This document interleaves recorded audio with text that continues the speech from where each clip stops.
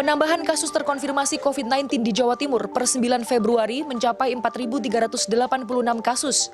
6 besar daerah penyumbang kasus terbanyak adalah Surabaya, Sidoarjo, Kota dan Kabupaten Malang, Gresik, dan Banyuwangi.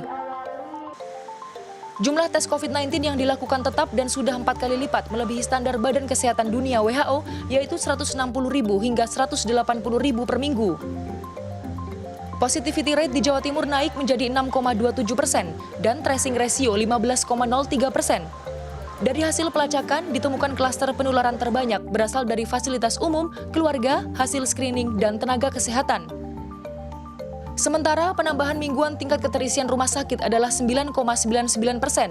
Per 8 Februari, tingkat keterisian ICU di rumah sakit 13%, isolasi di rumah sakit 15%, dan isolasi di rumah sakit darurat COVID 0,3%. Dari sini kita lihat memang kasus-kasus memang naik cukup banyak dan jaring kita sudah cukup, cuman alhamdulillah untuk tracingnya juga sudah cukup, tapi dari pasien-pasien yang masuk ke rumah sakit tidak terlalu banyak. Mungkin karena ya gejalanya ringan sedang dan tanpa gejala dan ringan, dan mereka banyak yang diisolasi mandiri atau isolasi di isoter seperti itu. Penambahan kasus yang cukup banyak menjadi salah satu faktor perubahan level PPKM sebuah daerah. Surabaya misalnya, yang naik ke PPKM level 2. Peningkatan kasus terkonfirmasi COVID 183 per 100.000 penduduk per minggu. Positivity rate juga naik menjadi 10,09%. Dan pasien yang masuk rumah sakit karena COVID yaitu 19,57 per 100.000 penduduk per minggu.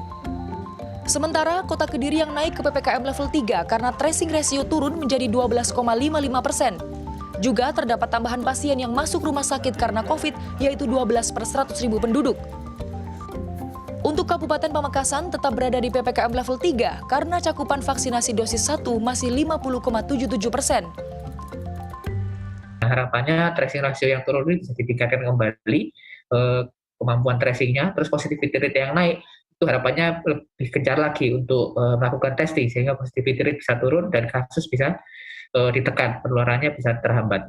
Kemarin kita ingatkan kabupaten kota yang belum punya isoter, karena ada 79% ya yang sudah aktif, sisanya masih belum, itu harapannya segera diaktifkan kembali. Selain itu, Pemprov Jatim juga menggencarkan vaksinasi untuk kelompok berisiko dan vaksinasi booster atau dosis ketiga. Kanza Tamarindora, Ganjar Wicaksono, Surabaya, Jawa Timur.